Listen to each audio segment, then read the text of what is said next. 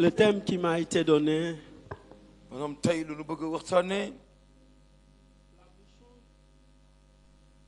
d'une église en feu.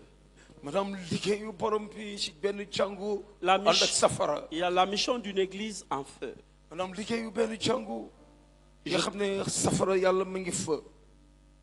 J'ai suivi les 2 jours le pasteur Roger George, je bénis sa vie. Je bénis la vie du pasteur Alex. Ils ont largement parlé du feu. Ils ont beaucoup touché le feu. Et ce soir, j'aimerais définir d'abord par rapport à la mission.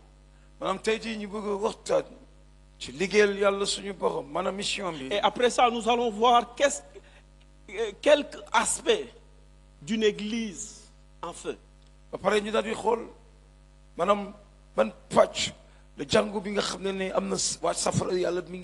d'autres termes, comment une église qui est en feu se comporte.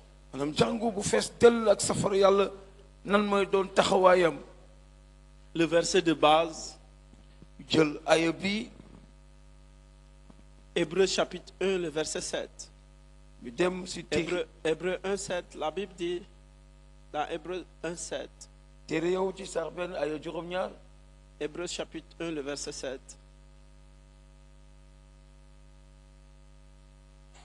Hébreux chapitre 1, le verset 7. La Bible dit de plus, au sujet des anges,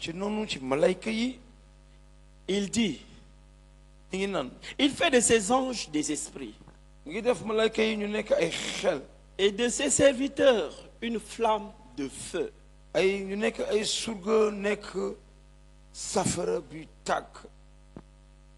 Ici, pour définir, je dirais que la mission est le cœur de Dieu. Le cœur de Dieu bat pour la mission. Mission.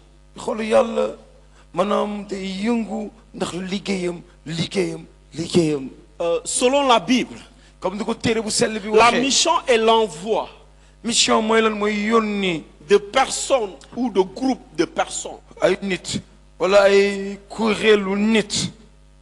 mandatés par Dieu pour accomplir une tâche spécifique, généralement liée à l'annonce de la parole ou de l'évangile et au salut des âmes. Cela peut inclure l'enseignement et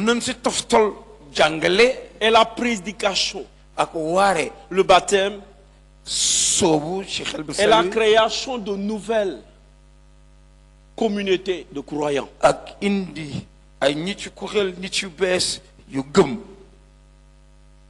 L'objectif, c'est la mission. Parce qu'une église qui est en feu, son objectif premier, c'est la mission. Un chrétien qui est en feu, l'objectif premier, c'est la mission. Tout ce qu'on fait et qu'on ne fait pas la mission, on n'a rien fait. On n'est pas enflammé pour venir chauffer les bancs de l'église. Mais on est enflammé afin d'enflammer d'autres personnes. Parce que la Bible dit nous sommes la lumière du monde. Mais si nous sommes la lumière du monde et que nous sommes seulement entre lumières, il n'y a pas de poids. Il n'y aura pas de poids. Il n'y aura pas aujourd'hui quelque chose qui fera embraser la lumière. Mais si la lumière va au dehors, ça va enflammer des gens qui n'étaient pas enflammés. Et cet aspect, c'est la mission. Alléluia. Amen. J'aimerais dire à quelqu'un, tu es enflammé pour faire la mission. tey jii bëgg naa la wax ne yàlla da lay suuxat pour nga liggéeyal ko. Tu es enflammé pour faire la mission.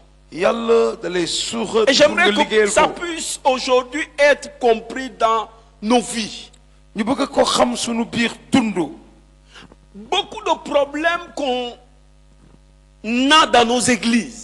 bëri na jafe-jafe yuy xew sunu biir C'est parce jàngu. qu'on n'a pas compris quelque chose. ndaxte xamuñu lenn. Et ce qu'on n'a pas compris, c'est la mission. te lu ñu xamul mooy liggéeyal pour yàlla. Parfois, on est enflammé. léeg-léeg dëgg la Parfois, on est en feu. léeg-léeg dañuy sawar lool. On est en feu. Dieu nous fait du bien. yàlla defal nu baax safara yàlla Mais bi wàcc si tellement ñun. qu'on ne met pas l'accent sur la mission, waaye dootuñu baaraam si liggéeyal yàlla. qu'on est en train de vivre des petits problèmes de gauche à droite, tel m'a fait ceci, tel m'a fait cela. moo tax ñuy xuloo ay xuloo yu sew naan diw moomu def lii. Parce qu'on diw moomu def lële. a beaucoup de temps. ndaxte dañoo bëri jot. Mais Dieu, ce que Dieu veut, c'est que nous ne puissions pas avoir du temps. mais yàlla lu mu bëgg bu ñu am jot. Parce que tout notre temps, nous le donnons à Dieu dans la mission. sunu waxtu yëpp nag ko jagleel mission maanaam liggéeyal sunu La borom. mission d'une église maanaam lu nu sas jàngu bi. est d'être un lieu de culte, mu nekk bërëbu ñaan. de communion et de service, maanaam on nekk benn. enraciné dans l'amour de Dieu, ba pare sax si mbëggeelu yàlla. dans la proclamation de l'évangile. maanaam sax si waare évangile bi maanaam xibaar gu baax yi. Une église en feu, maanaam jàngu bu safara au yàlla sens fees. propre et au sens figuré, maanaam si dëggam. peut symboliser une période de crise, mën nañ ko méngaleeg ak waxtu jafe-jafe. mais aussi une occasion de renouvellement spirituel Voilà, et de tamit. témoignage. mu ne may ko mu mën a fees ak xelu sell bi ba pare di seede. Alléluia. amen. Voici quelques aspects mu daal di am ay xët. de la mission d'une église en feu.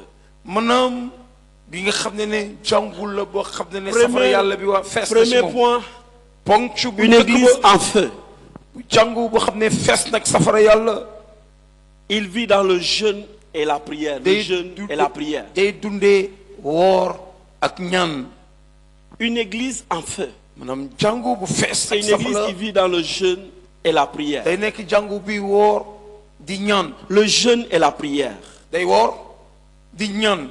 Le jeûne et la prière woor sont deux pratiques spirituelles très importantes dans la vie d'un croyant. mu nekk lu am solo lool si dund képp ku gëm. Nous allons lire un passage des Écritures. dinañ jàng si bindu yu sell yi. Exode 44, le verset 28. ñu dem si téere gàddaay. Exode 34, le verset 28. fanweer ak ñeent. Exode 34, le verset 28, la Bible dit, aya ñaar fukk ak juróom ñett. Exode 34, le verset 28, je lis la parole. La Bible dit, Moïse resta là avec l'Éternel Moussa daal di fay des ak borom bi. 40 jours et 40 nuits. ñeent fukki guddi ak ñeent fukki bëccëg. Il ne mangea pas de pain lekkul mburu. et ne but pas d'eau. naanul ndox.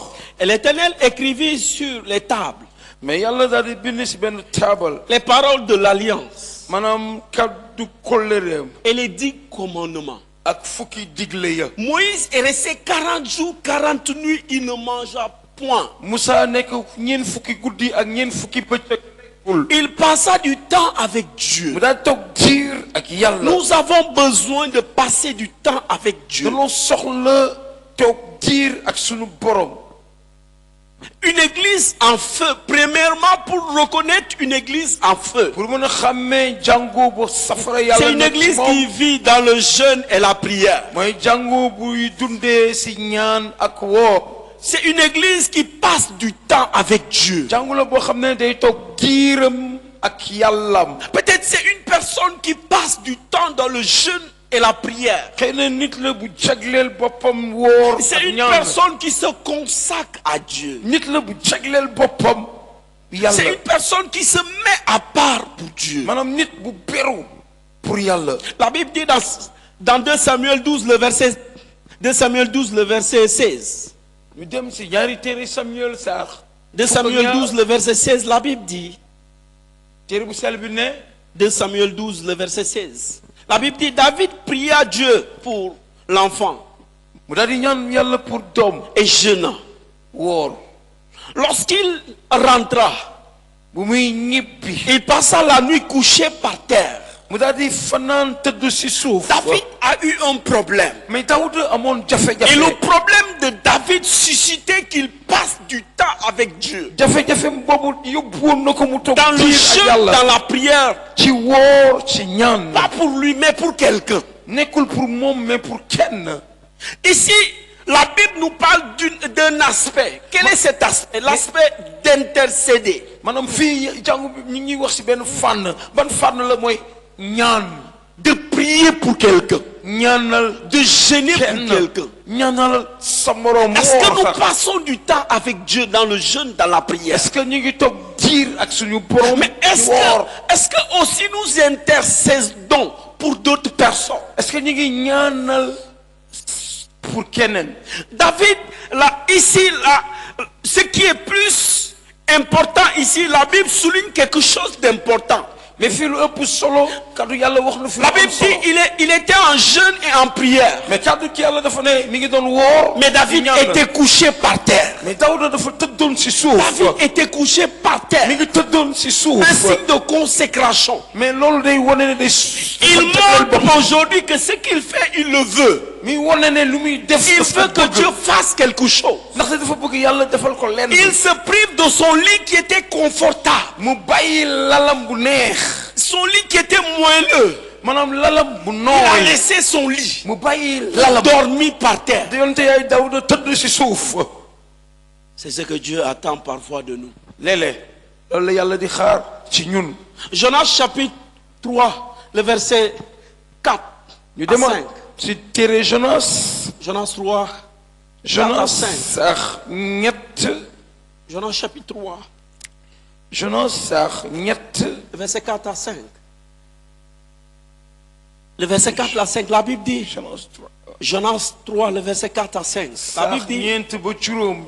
Jonas fit d'abord dans la ville une journée de marche. mu daal di toog si benn dëkk toog benn bés lëmb di dox. Il proclamait, mu doon wax.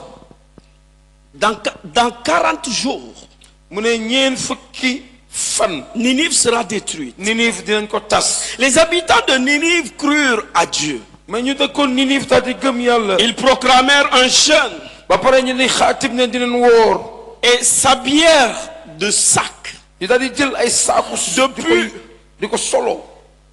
Depuis le plus grand si ku gën a màgg. jusqu'au plus petit. aussi gën a tuuti. Dieu voulait détruire Ninive. yàlla dafa bëggoon tas Ninive. Il a envoyé son serviteur mu daal di yónni pour surgaam annoncer ce qu'il s'apprêtait à faire. pour yëgal waa Ninive lu muy waaj a def. Mais les gens de Ninive avaient une attitude qui était bien. waa Ninive amoon neen melokaan bu baax. Ils ont décrété un temps de jeûne et de prière. ñu daal di xaatim benn waxtu woor ak ñaan. Ils ont décrété des temps de jeûne et de prière. waa Ninive ne dinañ woor dinañ ñaan. Et lorsque nous suivons la suite de ces passages, mais bu ñu xoolee lu topp si Dieu les a pardonnés de ce qu'ils voulaient faire. yàlla daf leen baal si lu mu bëggoon def ci Ninive.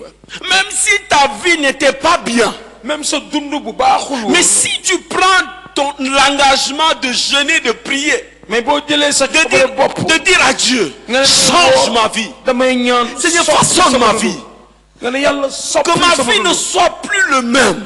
sama dund na soppi. Dieu va le changer. yàlla dina ko soppi. Les gens vont parler, ils n'ont qu'à parler. mais nit yi dinañ wax mais bàyyi Mais leen Dieu wax. change. mais yàlla day soppi. Le Dieu qui a fait de Ninive ce que Ninive est yàlla bu def Ninive lu mu est doon. capable de le faire dans ta vie. mën na ko def sa biir Est-ce que tu peux dire à celui qui est à côté de toi, est-ce que mën nga wax ki nga Dieu dencal. est capable de changer ta vie. yàlla mën na soppi Dieu sa est dund. capable de dire quelque chose dans ta vie. yàlla mën na wax lenn sa biir dund. Prends l'engagement de te mettre à côté, à part. mais jëlal ne damay beru. Prends l'engagement de dire au Seigneur, waxal borom bi je veux passer du temps dans le jeûne, dans la bëgg prière. naa toog diir di woor di ñaan. Alléluia. La Bible dit, téere bu sell bi daal di ne dans Matthieu 17, le verset 21. si téere Matthieu sar fukk ak juróom ñaar. Matthieu 17, le verset 21, la Bible dit cependant, téere bu sell bi ne ci noonu cette sorte de démon xeetu seytaane ne yi sort que par la prière et le jeûne. mais day génn rek booy woor di ñaan. Qu'est-ce que je veux dire par cela? Il y a des types de situations mais am na anam yoo xam ne que seul le jeûne et la prière mais woor ak ñaan peut te faire triompher. rek moo la si mën a génnee. Il y a certaines situations, mais am na looy dund c'est seulement le jeûne et la mais prière. woor ak ñaan kese. C'est pourquoi Jésus dit, ce type de démon, moo tax Jésus ne la xeetu seytaane yi ce type de démon remplace-le par ce type de problème, mais soppi ko def ko say jafe-jafe. ce type de situation, maanaam anam jafe-jafe bi ce ngay dund. type d'adversité, maanaam ce li ngay type dund de combat, maanaam li ngay xare. ce type de situation insurmontable. maanaam lii nekk sa kanam. C'est seul par le jeûne et la prière maanaam woor ak que ça peut s'enlever. moo ko mën a dindi. Seulement par le jeûne et la prière. mais jaarale ko rek ci woor ak ñaan. Et c'est pourquoi j'aime l'église de Siloé. loolu moo tax ñu bëgg Siloé. Parce que le leadership de l'église a compris ndaxte sunu njiit dafa que xam. quand l'église est en feu, ndaxte jàngu bi bu nekk amee l'église safara. décrète des temps de jeûne et de prière. mais jàngu bi day xaatim. L'église waxtu ñaan décrète quoi? Des temps de jeûne et quoi de prière. mais jàngu bi day xaatim lan ay waxtu ñaan ak woor. Parce que c'est en cela que Dieu attend une église en feu. loolu la yàlla di xaar si jàngu buy tàkk. Alléluia. amen. Deuxième point, mais ñaareelu ponc ba la louange mooy cant. et l'adoration. cant ak màggal yàlla. L'église est un lieu mais jàngu bi dafa nekk bërëb. où les croyants adorent Dieu, fu ñëpp ñuy gëm daje fii pour njaamu yàlla. expriment leur foi di wane seen ngëm. et célèbrent ba pare jóg la bonté de Dieu. di won baaxu yàlla. Deuxième point, ñaareelu la ponc bi louange mooy way yu ñuy et jagleel l'adoration. suñu borom ak jaamu bu ñuy jagleel yàlla. Psaume 22, le verset 3. ñu demaat ci téere Zabor sa ñaar fukk ak ñeent. Psaume ñaar 22, fukk le ak verset ñaar. 3. dem téere Zabor. Psaume 22, le verset 3. La Bible dit, mon Dieu, téere bu sell bi ne sama borom je crie le jour, ba cëg ma yuuxu tu ne me réponds pas. doo ma tontu. Et je ne trouve pas de repos. ba pare duma Le verset 4, la Bible dit, Taï. pourtant, te pourtant de tu es le Saint. yow yaay ku sell. Tu sièges au milieu des louanges d'Israël. maanaam yaa ngi si nguuru waa bande Israël fu lay caamoo. Dieu siège au milieu de la louange de son peuple. dëkkuwaayu yàlla mooy fun koy sante. Une église en feu, deuxième point, c'est une église qui loue Dieu. ñaareelu ponk ba mooy jàngu bi jaamu yàlla. C'est une église qui loue Dieu pour ce qu'il fait dans la vie de l'église, dans la vie des croyants. jaamu yàlla pour lu muy def si sa biir jàngu lu muy def si sa biir dund. Psaume 50, le verset 14. ñu demaat si téere Zabor sax juróom fukk aya ñeent fukk ak ñeent ak aya fukk ak ñeent. Psaume 50, le verset 14. La Bible dit, offre en sacrifice à Dieu ta reconnaissance mais dellool njukkal yàlla sa borom. et accomplis tes vœux envers l'Éternel.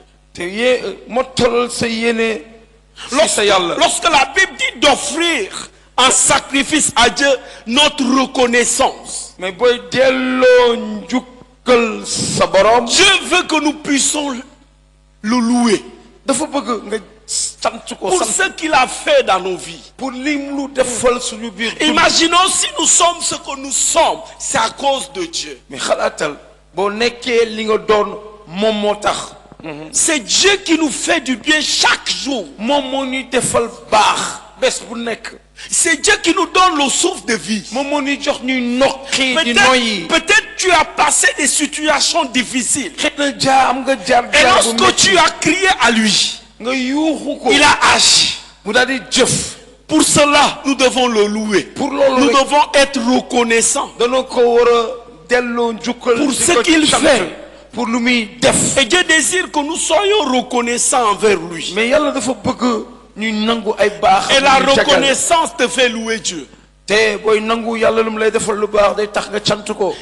Donc on pense que la louange c'est chanter pour chanter. mais ñeneen dañoo yaakaar ne louange mooy lan woyal yàlla. Mais la louange c'est exprimer notre gratitude envers Dieu, Oui. notre reconnaissance. mais fental yàlla ay woy da nga koy won que yow lii la defal. Pour ce qu'il a fait. pour lépp lu mu la defal. La Bible dit lorsque l'âge est venu, mais tere bu sell bi ne. le roi David s'est mis à danser. maanaam bërëb bi xam ne yàlla fu mu nekkoon bu mu accès Daouda nekkoon buur doon fecc. Sa femme Michal se moquait de lui. mais soxnaam di Mika doon ko Mais ce ñaawal. que Michal n'avait pas compris, mais Mika lu mu xamul woon na. et que David a compris. mais Daouda xamoon na ko. Et cela, beaucoup dans nos églises ne comprennent pas ça. Ils sont ou elles sont comme Michal. ñu bëri xamuñu ko suñuy jàngu dañuy mel ni Mika. C'est qu'on adore Dieu parce qu'il a fait. dañuy jaamu yàlla ndaxte daf ma defal. C'est qu'on loue Dieu parce que Dieu nous a fait du bien. mais damay jaamu yàlla ndaxte daf ma defal lu David baax. dansa parce que Dieu a amené l'âge. mais yonente Daouda fecc ndaxte yàlla mi ngi woon indi nañ teew L'âge yàlla qui ci boppam. symbolisait la présence de Dieu. mais âge boobu mi ngi doon teew mooy La teewaayu yàlla. puissance de Dieu. kattanu Lorsque yàlla. l'âge est revenu, David était en train de danser, de louer Dieu. teewaayu yàlla bu mu ñëwatee yonente Daouda dafa Pour fecc. dire qu'il était reconnaissant à Dieu. pour wane ne mi ngi doon delloo njukkal yàlla. Dans Daniel chapitre 2, le verset 40, le verset 34. ñu demaat si Daniel 4, 34. ñu demaat si téere Daniel Sarr. Daniel 4, le verset 34, la Bible dit: Daniel Sarr ñeent ay fanweer ak ñeent. Maintenant, moi, Nebuchadnezzar, mu ne léegi man Nebukadnezar je célèbre la louange, maa ngi chant la grandeur màggaay et la gloire du roi du ciel. ki nga xam ne mooy buuru asamaan si. Tous ses actes sont vrais. ay jëfam yëpp dëgg la. Ses voies sont justes. ay yoonam dafa dëgg. Et il peut abaisser te mun na ceux qui marchent dans l'orgueil. maanaam loo xam ne mi ngi dox suñu biir xol. Nebuchadnezzar était en train de louer Dieu. mais Nebukadnezar mi ngi doon cant yàlla. Parce que le témoignage était grand. ndaxte seedeem dafa rëyoon. Parce que dans sa ville, dans son peuple, ndaxte si dundam si askanam. certes, il était roi. dëgg la buur la woon. Mais il avait des gens comme Daniel, mais dafa amoon ay nit comme comme Daniel, Meshach, comme Meshach, Abednego et Shadrach. comme Shadrach, Abednego. Ces 4 personnes, maanaam ñeenti nit ils yooyu servaient Dieu. dañ doon liggéeyal Et yàlla. tellement que leur vie a impacté mais seen dund daal di laal tout un pays, laal dëkk bi que yëpp. le roi s'est mis à louer Dieu. ñu gis ne Je veux dire à quelqu'un, À cause de toi, certaines personnes peuvent commencer à louer Dieu. ndax yow dina am ay nit yu màggal yàlla. À cause de toi, ton patron peut commencer à louer Dieu. ndax yow sa patron dina tàmbali À di cause de toi, sant là où tu yàlla. travailles, les gens peuvent commencer à louer Dieu. ndax yow fi ngay liggéeyee nit yi dina tàmbali di màggal Peut-être yàlla. ça peut avoir un problème. xëy na mun na am Mais au jafe-jafe. simple fait de ton contact, mais ñu gis la rek. Dieu peut changer le problème en amenant la solution. maanaam yàlla mun na soppi anam yi indi Et ce saafara. qui fait que ce sera un mais témoignage. dina nekk benn seede. Ça amènera les gens qui ne connaissent pas Dieu, qui ne croient pas à Dieu. mais dina indi nit yu xamuloon yàlla. Commencez à louer Dieu. tàmbali di jaamu yàlla. Commencez à louer Dieu. dinañ tàmbali di cant yàlla. Commencez à louer Dieu. dinañ commencé di màggal yàlla. En disant le Dieu du Jack Apo, c'est le vrai Dieu. ñu dox ne. Peut-être ils peuvent être musulmans, xëy na mun na mais nekk. ils célébreront ton Dieu. mais dina ne. Peut-être ils peuvent être athées, xëy na mun na mais ils nekk. parleront de ton Dieu. mais dinañ wax si Je sa prie que yàlla. Dieu le fasse dans la vie de quelqu'un. mais maa ngi ñaan pour Dans yàlla le def nom ko de si Jésus. dundu kenn. Dans le nom de si Jésus. turu Jésus. La Bible dit dans Luc 4, le verset 8. mais yàlla mi ngi waxaat si téereem. si Luc téereem chapitre 4, le verset 8. Luc saar ñeent aya La Bible dit, juróom-ñett. Jésus dit, Jésus daal di ne. Luc 4, 8. Luc sax ñeent aya juróom ñett. Si vous êtes, je lis la Bible. La Bible dit, Jésus lui répondit, retire-toi de moi, Satan. Jésus tontu ko ne seytaane En effet, il est dit, mu ne ko c'est le Seigneur ton Dieu mu ne sa yàlla sa que borom tu adoreras. moom rek ngay Et c'est jaamu lui seul que tu serviras. te moom rek ngay liggéeyal. Dieu désire que nous puissions l'adorer. mais yàlla dafa bëgg ñu jaamu ko. L'adoration, on le fait à Dieu. mais jaamu yàlla rek. Une dañ ko war a def. église en feu, c'est une église qui loue et adore Dieu. jàngu bu fees ak safara. C'est pourquoi mooy Jésus jàngu bi dit, jaamu yàlla moo tax Jésus ne tu adoreras di nga jaamu ton Dieu et c'est lui seul que tu serviras. yàlla sa borom moom rek ngay Lorsqu'on liggéeyal. adore Dieu, on sert Dieu. mais booy jaamu yàlla yaa ngi koy liggéeyal. Et Dieu veut que nous l'adorons avec tout ce que nous avons. mais yàlla dafa bëgg ñu jaamu ko ak lépp lu nu am. La Bible dit, dans Jean chapitre, on connaît ce passage, dans Jean chapitre 4, le verset 23 à 24. mais si tere Jean sax C'est l'histoire de la femme samaritaine. mooy jigéenu samaritaine boobu. Le verset 23 à 24 de Jean chapitre 4. Jean 4 sax ñaar fukk La ak Bible dit, ñett téere bu sell bi ne mais l'heure vient, mu ne waxtu bi jot na. et elle est déjà là, mais léegi la. où les vrais adorateurs nga xam ne ne ñuy jaamu si dëgg. adoreront le Père dinañ jaamu baay bi en esprit et en vérité. ci xel ak si Je vais dëgg. d'abord m'arrêter là-bas avant de continuer. fii dañuy taxawul balaa ñuy Ici, tàmbali. il y a une expression que j'aimerais nous faire comprendre. mais fii am na lu leen bëgg a xamal. La Bible dit, mais téere bi dafa ne. les vrais adorateurs mais ñi koy jaamu si dëgg. adoreront le Père. dinañ jaamu baay bi. La loi, tout le monde loue Dieu. mais ñëpp dañuy sant Ça veut dire yàlla. que tout ce qui respire maanaam ñëpp ñuy loue nooyi. Dieu. ñu ngi jaamu Mais yàlla. l'adoration, c'est les fils et filles qui adorent Dieu. mais ñuy jaamu yàlla. Lorsque la Bible dit, bu téere sell bi les waxee. vrais adorateurs mooy ñi koy jaamu si adoreront dëgg. le Père. jaamu baay Parce bi. que la Bible nous dit le Père, bu ñuy wax baay. c'est la paternité. mooy papa. Tout le monde ne peut pas adorer Dieu. mais ñëpp mënuñu C'est jaamu les baay. fils et filles qui adorent Dieu. Mais ay Est-ce doom- que quelqu'un me comprend? ay doom L'adoration, ñoo koy c'est pour jaamu. les fils et filles de Dieu. mais jaamu pour kuy jaamu baay bi la. Alléluia. amen. Qui adorent le Père en esprit et en vérité. ñuy jaamu baay bi si xel ak si dëgg. En effet, ce sont là les adorateurs que recherche le Père. mais si dëgg-dëgg loolu la baay Il dit bi le di seet. Père, mu ne c'est ce baay. qu'il recherche. loolu lay Il seet. cherche des fils. day seet ay Il cherche doom. des filles day seet ay qui vont jigéen. l'adorer qui vont di ki en ko jaamu. esprit. si xel. en vérité. si dëgg. C'est ce que le Père recherche. mais loolu la baay bi di seet. La Bible dit dans le verset 24, mi ngi koy wax si aya ñaar fukk ak ñeent. Dieu est esprit. yàlla xel la. Et il faut que celui qui l'adore, te bëgg na ko koy jaamu. l'adore en esprit et en daal vérité. di koy jaamu ci xel ak si dëgg. Lorsque déjà nous sommes fils et filles, bu nu nekkee ay doom ak nous ay sommes jigéen. qualifiés danoo bokk. à adorer Dieu en esprit et en vérité. pour jaamu yàlla si xel ak Parce si que nous dëgg. sommes nés de nouveau. ndaxte danoo juddu bu La bees. Bible dit, téere bi nee na. à ceux qui l'ont reçu, képp ku ko nangu. il a donné le pouvoir jox na ko de sañ-sañ. devenir enfant de mu Dieu. daal di nekk. Il a doom donné yàlla. quoi? Le pouvoir. jox na ko J'aimerais sañ-sañ. dire à quelqu'un, tu es fils et fille de Dieu. bëgg naa la wax ne tey ci. Et c'est obligatoire que tu puisses adorer Dieu kon da ngaa war a jaamu en yàlla. esprit et en vérité. si xel ak si dëgg. C'est ce que Dieu recherche. mais loolu la yàlla di seet. Une église en feu. jàngu bu ànd ak safara bi. C'est une église qui loue jàngu la buy màggal et yàlla. adore Dieu. ba pare di ko jaamu. C'est ce que Dieu attend de nous. mais loolu la yàlla di xaar ci ñun. La mission d'une église en feu. loolu mooy lu mu sas. jàngu bi nga xam ne am na. safara yàlla. Troisième point, ñetteelu ponc ba. la mission d'une église en feu. mooy liggéeyu jàngu bu fees ak safara yàlla. Le service et la compassion. maanaam liggéey ak yërmande.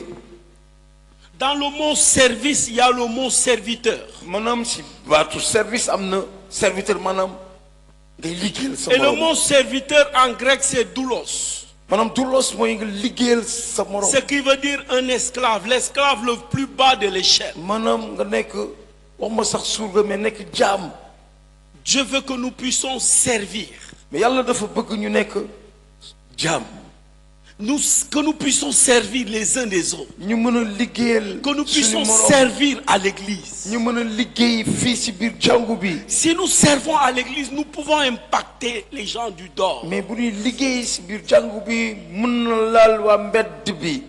L'église est appelée à servir la communauté. mais jàngu bi dañ ko woo pour mu liggéeyal waa mbedd bi mbooloo bi. À répondre aux besoins des autres. c'est-à-dire wallu soxla ñeneen ñi. Et à témoigner de l'amour de Dieu envers les actions concrètes. ba pare di seede mbëggal yàlla si jëf yi. Jean chapitre 13. ñu dem si Jean. Jean chapitre 13, le verset 3 saar fukk à 5. ñett aya.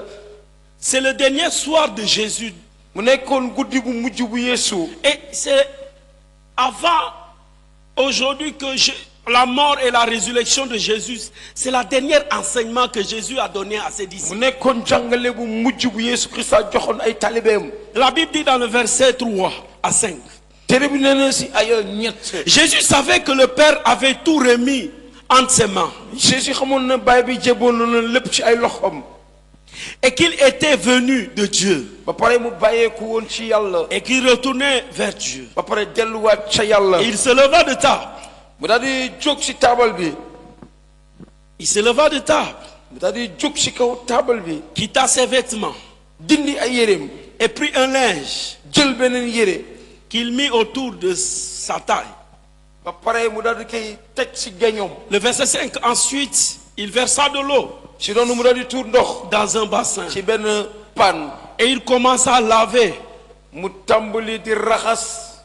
il commença à laver les pieds des disciples. mu tàmbali di raxas tànk taalibeeyam yi. Et à les essuyer avec le linge qu'il avait ba pare autour jël de morceau bu mu la yoroon taille. daal di fomp seen tànk. Jésus a donné un enseignement de taille. maanaam foofu Jésus jàngalee na fa lu am solo. Dans les temps anciens, à l'époque, si jamono seen jamono les gens portaient des sandales. ñoom ay carax doon doon Ils ne sol. portaient pas des chaussures fermées, c'est des sandales. mais daawuñu sol. Et ces sandales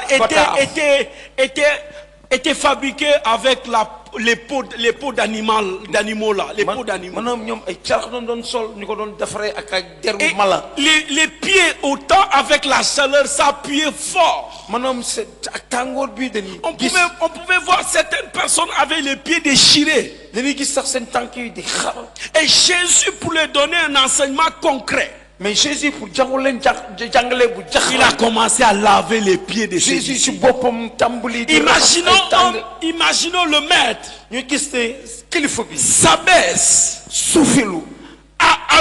au plus petit ba gën a tuuti. des serviteurs nekk surga bu gën a ndaw. qu'on appelle doulos. bu ñu woowee doulos. Il commence à laver les pieds de ses disciples. mu tàmbali di raxas ay Mais tànk quel taalibe yi. enseignement? mais loolu ban jàngale Quel la. enseignement qu'il donne à ses disciples? mais ban jàngale la lay jox ay taalibe ma. L'enseignement, c'est le fait de servir. mais mooy lan mooy nga liggéeyal sa morom ma. Servir les autres ne te rendra pas petit. mais mooy nga jëriñ sa morom Mais ma. servir les autres te rendra grand.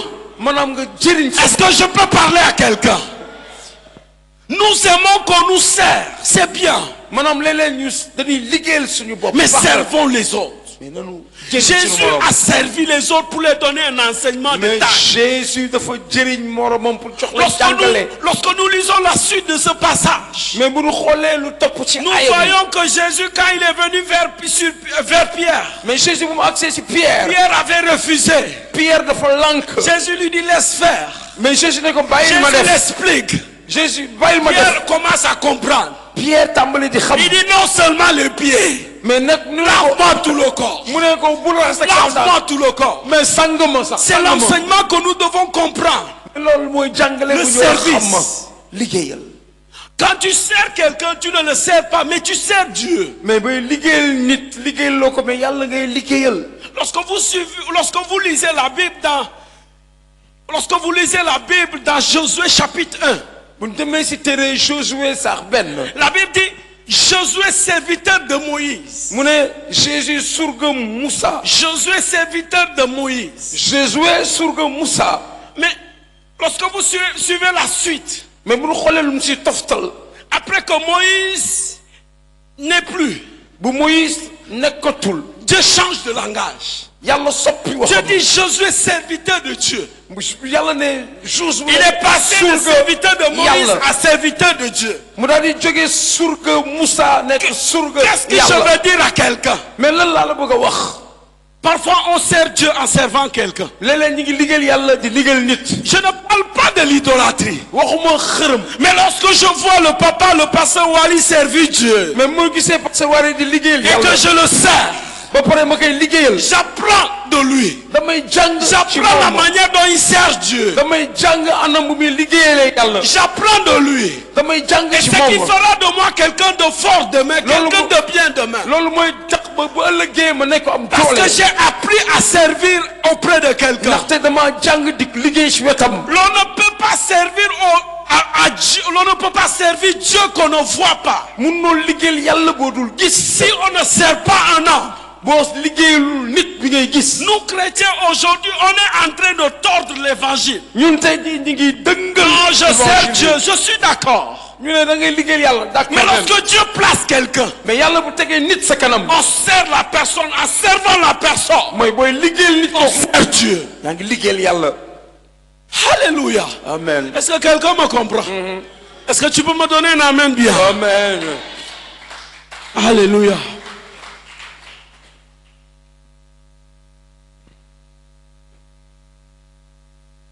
Est-ce que tu peux dire à celui qui est à côté de toi, servons Dieu? Dis-le bien. mais nanu liggéeyal yàlla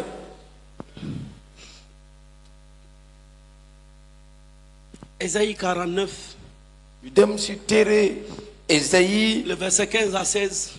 sax ñeent fukk ak juróom-ñeent Ésaïe 49, dama le verset 15 à 16, la Bible dit, 15 à 16 mais téere bu sell bi daal di ne une femme oublie-t-elle l'enfant qu'elle a allaité? mais jigéen boo xam ne xale bu mu nampal N'a-t-elle pas compassion du fils est-ce que du am yërmande ci doomam qui est sorti de son ventre? bu bàyyee bu génn ci biiram Même si elle l'oubliait, même bu ko fàttee moi, man je ne t'oublierai jamais. du ma la mës a fàtte Vois, gisal je t'ai gravé sur mes mains. ma denc la samay loxo Tes murailles sont constamment devant moi. sa lépp mi ngi nekk sama saa su nekk sama kanam Je veux parler à quelqu'un, bëgg naa wax ak kenn Peut-être tu passes des moments difficiles xëy na yaa ngi dund lu où tu metti cherches du réconfort. yaa ngi ut noflaay Tu tournes à gauche, tu ne vois pas quelqu'un qui peut te nga réconforter. gis jox gestu sa ndeyjoor gisoo kenn ku la mën a Tu tournes defal à droite, il n'y a personne. nga tourné wu sa càmmoñ gisoo kenn ku La la mën a Bible me defal dit, téere bu sell bi Dieu ne ne la t'abandonnera jamais. yàlla du la mës a Je me dis bàyyi de te dire, il t'oubliera jamais. mu ne yàlla du la mës a Je me fàtte dis, il a compassion de toi. am na yërmande pour yow Il t'a gravé sur ses mains. ndaxte daf la bind si ay Même si c'est loxoom compliqué, même bu même si jafee les gens t'ont oublié, même bu la nit fàttee Dieu ne t'oublie pas. yàlla du la fàtte Je veux parler à quelqu'un qui passe des moments difficiles, tey ma bëgg a wax ak koo xam ne yaa ngi jàng qui dund lu métti penserait peut-être que Dieu même l'a oublié. nga xalaat ne yàlla sa xel da la Parce fàtte que parfois le silence de Dieu, nous pensons que Dieu nous a oubliés. léeg-léeg yàlla day noppi nga yaakaar ne Mais je yàlla da la vais te dire ce fàtte message d'espoir. mais tey ma wax la Dieu bataaxal bu ne t'a pas yaakaar oublié. yàlla fàttewu la Dieu est avec toi. yàlla mi ngi ak Il yow t'a gravé ndaxte da la bind sur ses mains. si loxom Attends son temps. wax xaaral waxtu Son moom temps, c'est le meilleur. waxtu moom moo Même gën si c'est difficile, même bu jafee il a compassion de toi. am na yërmande pour yow Il t'aime bëgg na la et il veut te faire du bien. te bëgg na la defal lu baax Ésaïe 54, ñu demaat si téere Ésaïe le verset 10, la Bible dit, sa fukk ak ñeent ay fukk même si les montagnes s'éloignaient, mu ne même bu tun yi doon sori même si les collines étaient ébranlées, même ñu gis ne tund yi sambara mon amour ne s'éloignera pas de toi. sama mbëggeel du la mos a sori Mon alliance de paix ne sera pas ébranlée. sama kóllëre jàmm ak yow dara du ko dindi Dis celui qui a compassion de toi. waxal kii nga xam ne da la yërëm. L'Éternel. yàlla. Dieu est un Dieu compatissant. yàlla dafa nekk yàlla yërmande. Je veux dire à quelqu'un que Dieu est un Dieu compatissant. bëgg naa wax kenn yàlla ku fees la ak yërmande. Le service et la compassion. maanaam nga liggéeyal ko. C'est le troisième clé qu'il faut avoir. maanaam moom mooy ñetteelu Parce que notre Dieu est compatissant. yàlla la boo xam Et l'église aussi doit être une église qui sert Dieu. ñu war a am jàngu bi Une église liggéey de yàlla. service. jàngu liggéey. Mais une église aussi compatissant. maanaam jàngu boo xam ne tamit day fees. Alléluia. ak yërmande. Que Dieu le fasse. na ko yàlla def. Quatrième point. ñeenteelu ponk ba. Une église. La mission d'une église en feu. maanaam liggéeyu jàngu fees ak safara yàlla. L'évangélisation et le témoignage.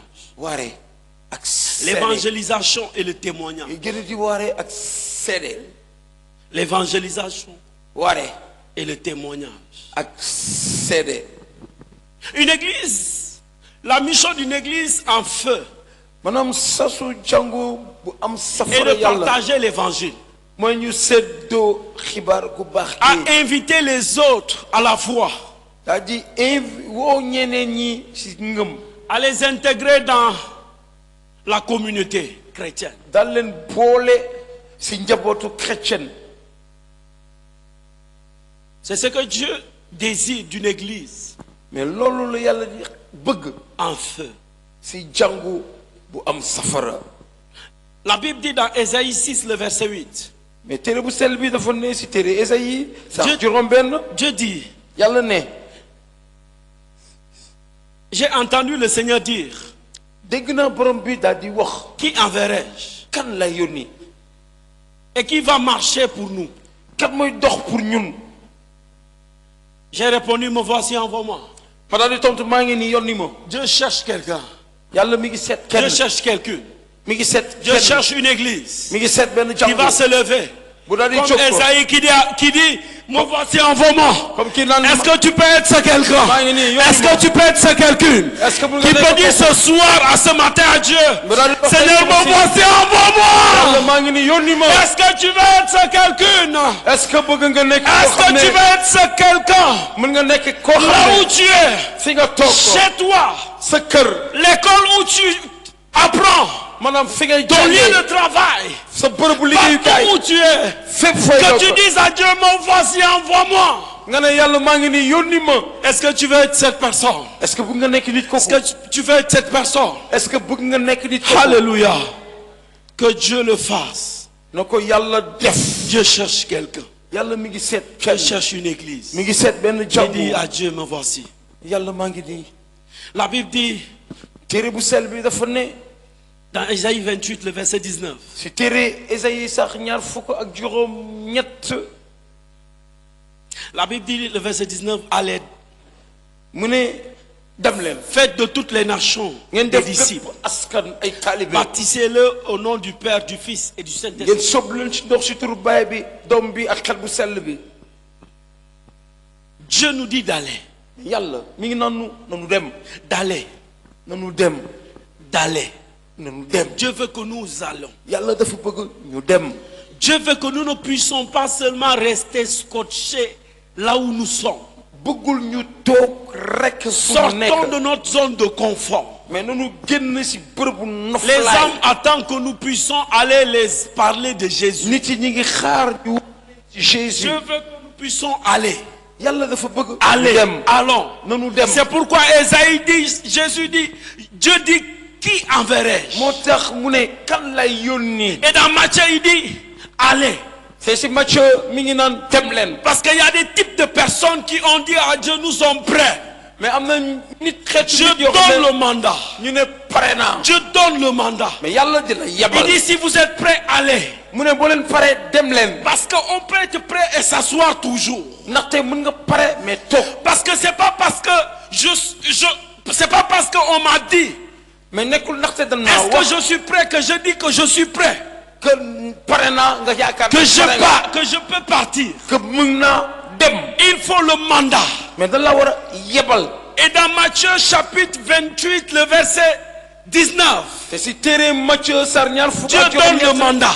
yàlla da leen di Ce yebal mandat, c'est quoi? Dieu dit, allez faire la mission. Allez. yebal boobu mooy dem C'est le leen mandat que Dieu donne. loolu la yebalu yàlla. Un policier aujourd'hui, s'il n'a pas les papiers nécessaires, il ne peut pas venir chez quelqu'un maanaam pour tey ji takk der bu amul kayit mënul ñëw kër vérifier, jàmbur pour faire quoi que ce soit.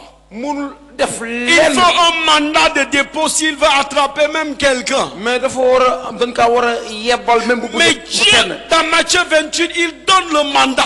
mais si téere Matthieu sar Et ñaar ce fukk ak ñett mandat, mi ngi c'est yebal d'aller. mooy demal C'est d'aller. ñu dem Mais Seigneur, mais borom bi parfois je me pose la question quand je lis la Bible. léeg-léeg may laajte bu may jàng Le Seigneur téere bi dit, allez. mu yàlla nanu J'ai dem dit, leen Seigneur, je m'en vais pour faire quoi? mu ne damay dem pour def lan Parce que je peux aller et m'asseoir, discuter avec les gens. mais mun naa dem waxtaan ak nit yi Je peux aller pour aller. mun naa dem Je pour peux aller dem me promener. mun naa dem Je doxantu peux aller faire d'autres choses. mun naa dem def leneen Mais il dit, allez faire. mais dafa ne dem leen ngeen Il y a def aller et faire.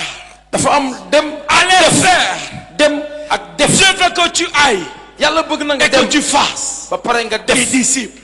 nga def ay Dieu veut que taalibe tu évangélises. yàlla dafa bëgg nga Dieu waare veut que tu évangélises. yàlla dafa bëgg nga Une waare église en feu, jàngu bu am il safara doit faire les âmes.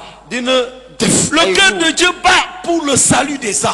pour nit yi mën a mucc Pour le salut des âmes. pour doomu aadama yi mën a mucc Dieu ne bat. Aujourd'hui, le cœur de Dieu ne bat pas si on fait les miracles. maanaam tey jii xolu yàlla neex bu fekkee defuñu ay Le cœur de kéemtaan Dieu ne bat pas aujourd'hui si on guérit quelqu'un. maanaam tey jii xolu yàlla bu fekkee ne wéral nañ Le kenn cœur de Dieu ne bat pas si même quelqu'un est ressuscité. maanaam xolu yàlla du yëngu même bu fekkee ne kenn dafa Le dekki cœur de Dieu bat pour une chose. mais Les xolu yàlla âmes. day yëngu pour Les âmes. ruu yi Les âmes. ruu yi Les âmes. ruu yi Tout ce qu'on peut faire à l'église. lépp lu mën a def si Si on jàmm ne bi gagne pas les âmes, on n'a rien fait. mais bu ñu indiwul nit C'est si les yàlla defuñu âmes. dara C'est les âmes. waaye nit C'est yi les âmes. ruu yi Même si on fait des guérisons, c'est pour que les âmes soient sauvées. même bu ñuy def ay wéral pour nit yi mën a mucc Même si la on ressuscite des morts, c'est pour que ces morts-là soient sauvés. même bu ñu dekkalee ku dee pour mu mucc la Parce que le but, c'est les âmes. maanaam pour lan la pour nit yi Est-ce ñëwaat que si Jésus quelqu'un comprend?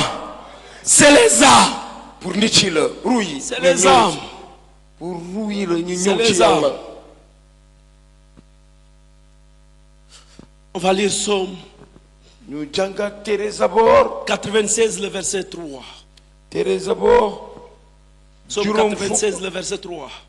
ñu demaat ci téere Zabor saar juróom fukk ak juróom ñaar Psaume 96, le verset 3. juróom fukk ak juróom benn La Bible dit, téere bu sell bi daal di ne raconte sa louange parmi les nations, nettalil ses merveilles Aïe, parmi ouais. tous les peuples. maanaam lépp lu muy def si kanam askan gi yëpp Je veux que tu témoignes de ce qu'il a fait dans ta vie. yàlla bëgg na nga seedeel ci lu mu def sa biir dund Je veux que tu témoignes de ce qu'il a fait. yàlla dafa bëgg nga seedeel ko ci lu mu def Avant que tu ne sois chrétien, tu étais quoi? balaa ngay doon chrétien lan nga woon Parle de ça à d'autres personnes. wax ko keneen Peut-être il y a d'autres qui vivent la même situation que toi. xëy na am na koo xam ne yéen a bokk li ngeen Ils dund attendent que tu les donnes le témoignage que tu as vécu. lenn lay xaar mooy seede bi nga dund Comment tu as fait pour accepter Jésus? noo def ba nangu Jésus Qu'est-ce que Jésus a fait dans ta vie? lan la Jésus def sa biir dund Les âmes. La Oui. prière qu'on doit faire. mais ñaan bu nu war a def Seigneur, donne-moi le fardeau des âmes. yàlla jox ma Seigneur, yenn donne-moi doomu le aadama fardeau des âmes. jox ma am yéene indi doomu Nous aadama yi si yow devons dépeupler l'enfer maanaam safara dañ ko war a génne nit yi foofu et peupler le royaume de Dieu. daal di feesal nguur Est-ce que yàlla quelqu'un est partant? est-ce que kenn pare na Est-ce que quelqu'un est est-ce partant? que pare nga Est-ce que nous sommes partants? est-ce que pare ngeen Je veux que nous puissions le faire. yàlla bëgg na ñu def ko Les âmes, ruuy les âmes, ruuy les âmes fera que tu puisses jeûner et prier. dina tax ba ngay woor di ñaan Les âmes feront que tu puisses passer du temps. dina tax ba nga teg diir Chez moi, j'ai un membre. moom si fële ci moom am na benn nit Lorsque je l'ai rencontré, bu mu dajeeg moom il était un ivrogne. man di kat la woon On l'avait lancé ce sort. On l'avait lancé ça, l'ivrognerie. maanaam loolu nañ ko soloon muy mandi rek. C'est un gars très intelligent. Pourtant des nit ku muus la. Il a des diplômes. am na ay lijaasa. Quand vous le voyez parler, mais boo ko déggee mi wax. vous savez que celui-là doit dépasser ce niveau. ñu ne ko kii waroon jéggi fu On mu nekk l'avait nii. lancé ces choses. mais dañ ko sànni woon muy mandi rek. Je l'ai évangélisé. ñu toog war rek mu war ko. J'ai fait sa délivrance. ñu yeewil ko. Je l'ai baptisé. ñu sopp ko ci ndox. Après quelque temps, bu toogee diir. il a rechuté. mu daanuwaat. Ça m'a fait mal. mu metti ko. J'ai passé des moments difficiles. mu jànkoontel ay waxtu yu metti. Les gens dans ma localité m'appelaient parce qu'ils me connaissent. ñu toog waa goxam di ko woo ndaxte xam nañ ko. Pasteur, il y a ton membre là qui est ivre. ñu ne ko Il est là. pasteur sa waa ji de mi ngi fii dafa mandi. Il peut même pas marcher. mënul sax dox. J'avais honte. ma am kersa. J'avais les larmes aux yeux. ma am rongañ sama kanam. J'ai passé du temps dans la prière. mu toog diir di ñaan. J'ai prié pour celui-ci. mu daal di ñaanal waa J'ai jooju. sérieusement prié. ma toog mu dëggal sama ñaan. Il a fait un mois, il venait pas à mu l'église. toog weeru yàlla ñëwul ci C'était église compliqué. bi. mu metti lool. J'étais dans mon coin, je priais. ma nekkoon si ruq bi Un di ñaan. dimanche, il vient à l'église. benn dibéer mu ñëw si Je jàngu bi. prêche un message bien. ma waaree kàddu Après le yàlla. message, il m'a dit, pas, pasteur, mu ne message pa mu ne ko pasteur. je suis même en jeûne. dama woor. J'ai décidé dama de ne laisser l'alcool.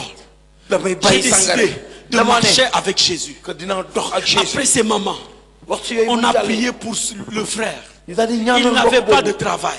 amul woon liggéey. Dieu l'a donné du travail. yàlla jox ko liggéey. Il a un contrat dans une société de 6 mois. mu daal di am contrat wu benn bërëbu C'est Dieu qui l'a liggéeyukaay fait. juróom benn weer. Mais il a fallu qu'on puisse le suivre. mais yàlla moo ko def. mais Il a dañ ko fallu doon qu'on puisse toppatoo. avoir le fardeau de cette personne. doona waroon amoon yéene pour moom. di ko Parfois ñaanal. on évangélise, léeg-léeg ñu waaree. mais on ne suit pas les gens. mais du ñu Parfois on toppatoo. évangélise, léeg-léeg ñu waaree. mais on ne suit pas, on ne garde pas les gens. mais ñooñu du leen Il ne s'agit toppatoo. pas seulement d'évangéliser. nekkul rek nga waaree. Il s'agit de suivre la personne. boo waaree ba pare Il s'agit de prier, de jeûner pour cette personne. loo war a def mooy Il ñaanal s'agit ko. de passer du temps, d'implorer Dieu pour cette personne. ñaan yàlla pour nit kooku. Afin que cette personne soit assidue, soit un chrétien mature. mu nekk chrétien bu mat. Est-ce que je parle à quelqu'un? À l'église, on a perdu beaucoup de personnes qu'on a évangélisées. On ne devait pas les perdre. mais bëri nañ ay nit yu ñu ñàkk te waruñu leen woon ñàkk si biir jàngu bi. Parce qu'après les avoir évangélisés, on ne prie pas pour eux. ndaxte bu leen waaree ba pare du leen ñaanal. Il ne s'agit pas de les visiter seulement. mais nekkul rek dem seeti leen. Mais il s'agit de passer du temps dans le jeûne, dans la prière. mais pour da eux. war a toog diir di woor di ñaan pour ñoom.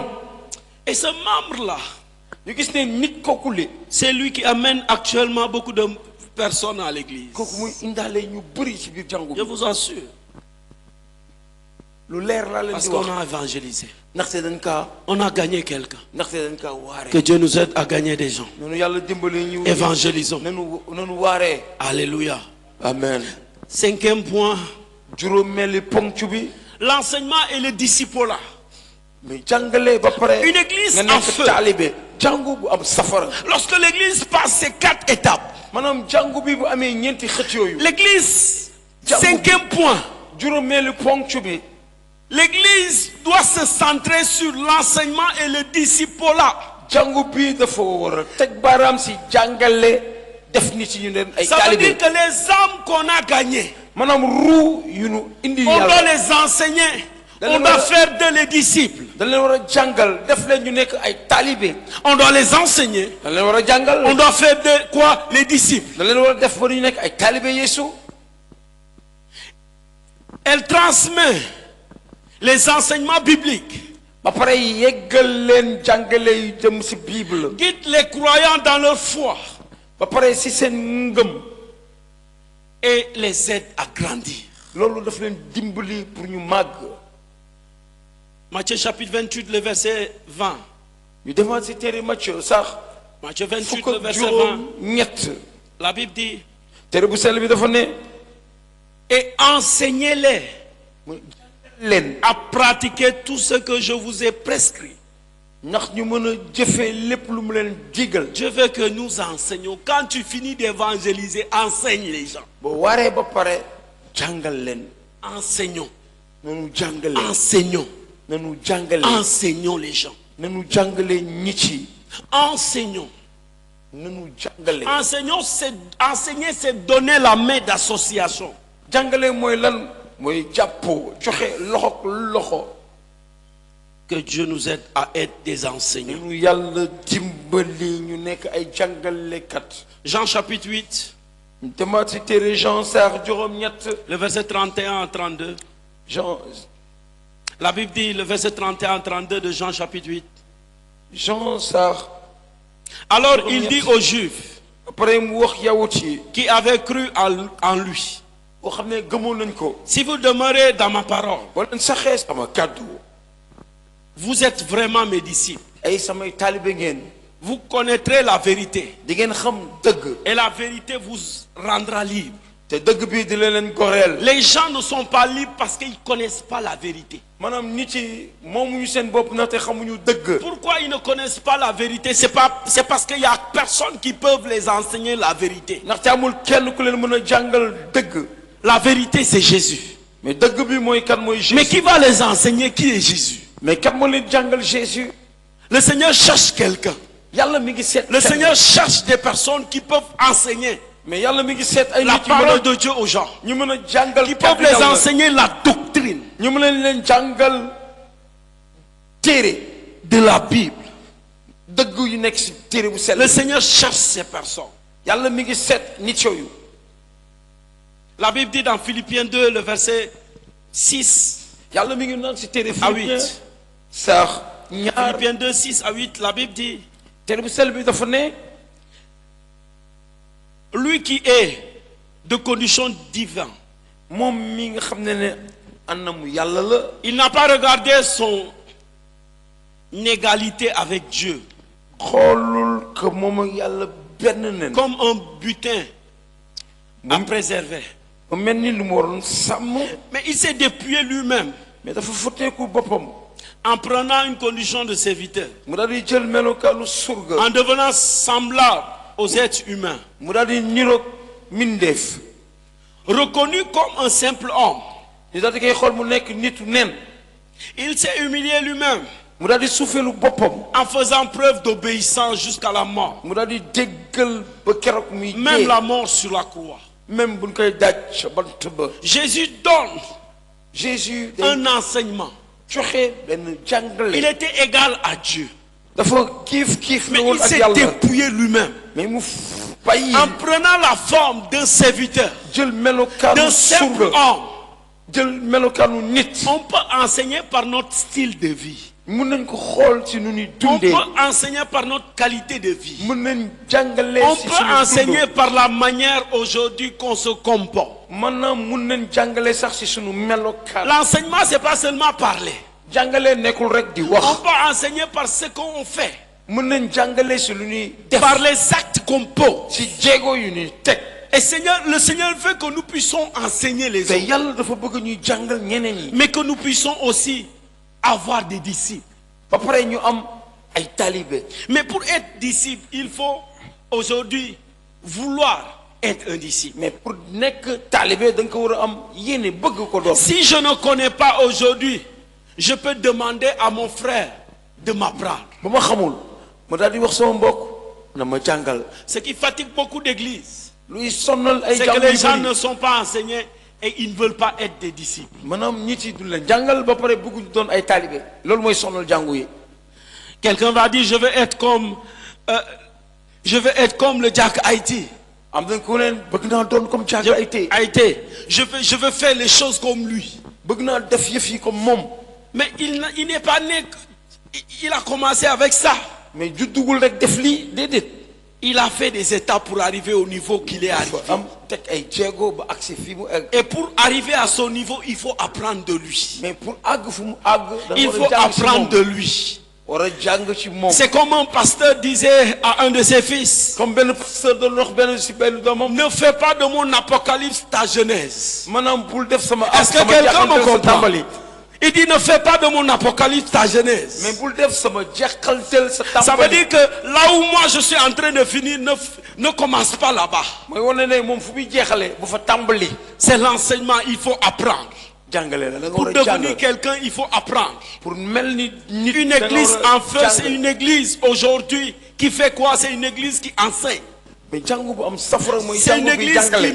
qui mise sur le disciple-là. bu daal di teg baaraamam si jàngale ay talibé. 6e point, juróom beneen lu ponc ba. l'unité et la communion. ñu daal di bennoo nekk benn. Il faut savoir que lorsque nous parlons d'unité, l'unité c'est un aimant qui attire Dieu. maanaam tey jii bu ñuy wax ci bennoo loolu dafa neex yàlla. Lorsque les hommes se sont réunis pour faire la tour de Babel, maanaam nit yi bu ñu dajale woon pour tabax tour de Babel boobule. la Bible dit, téere bu sel bi dafa ne. Dieu dit descendons yàlla ne nanu wàcc. et confondons-les. nan leen jàq boole. Qu'est-ce qui fait que Dieu dit descendons? mais lan moo tax ba yàlla ne nanu C'est parce wàcc. que les hommes se sont unis. ndaxte nit yi dañoo nekk bennoo. À chaque fois que les hommes se sont unis, Dieu est descendu. mais saa su ne muy nit yi boole woon yàlla dafa wàcc. Peut-être quelqu'un va dire que c'est l'Ancien Testament. xëy na mun nga wax ne kóllëre bu yàgg ba la. Mais dans le Nouveau Testament, dans Actes chapitre 1, le verset 13 à 14, mais si kóllëre bu bees yi téere jëf yi. la Bible dit, téere bu sel bi dafa les ne. disciples étaient dans la chambre haute. talibé yi dañu nekkoon ci néeg bu kawe ba. Ils étaient ensemble. dañoo nekkoon benn. Ils étaient en commun accord. ñu nekkoon benn Ils bennoo. étaient dans l'unité.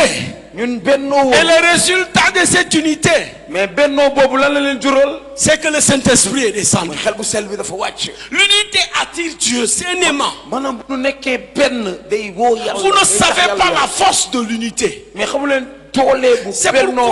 pourquoi aujourd'hui, il y a l'adage qui dit moo tax am na baat bu naan. diviser pour mieux régner. mais booy xaajalee pour gën a Lorsque nguur. le diable veut attenter à la vie de quelqu'un, mais yàlla seytaane bu bëggee laal sa dund. il te divise de l'église. da lay xaajaleeg Il jàngu te bi. divise des frères. da lay xaajaleeg Il mbokk te yi. divise des sœurs. da lay xaajaleeg jigéenu jàngu bi. Pourquoi? Pour Parce la- qu'il veut t'isoler. ndaxte da laa bëgg a Et ber. si le diable t'isole, il t'a vaincu. maanaam seytaane bu la bere daan la. Parce que la Bible dit dans Ecclésiaste, mais téere mi ngi wax ci téere Ecclésiaste. la corde à 3 fils est difficile à rompre. maanaam buum bu am ñetti bopp dafa jafe tagg. La Bible dit 2 valent mieux que 1. téere bi nee na ñaar a gën benn.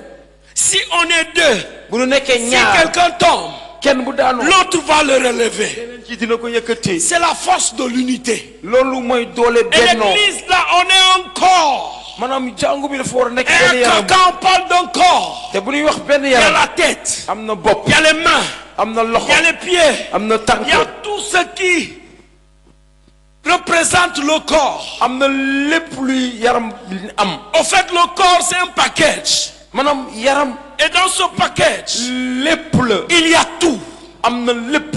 C'est ce qui constitue l'unité. loolu mooy bennoo. La bouche ne peut dire à la langue, je suis plus important que toi. mais làmmiñ mënul wax gémmiñ maa la ëpp solo. La main ne peut dire à la bouche, je suis plus important que toi. loxo mënul wax gémmiñ maa la ëpp Tous les solo. membres se valent.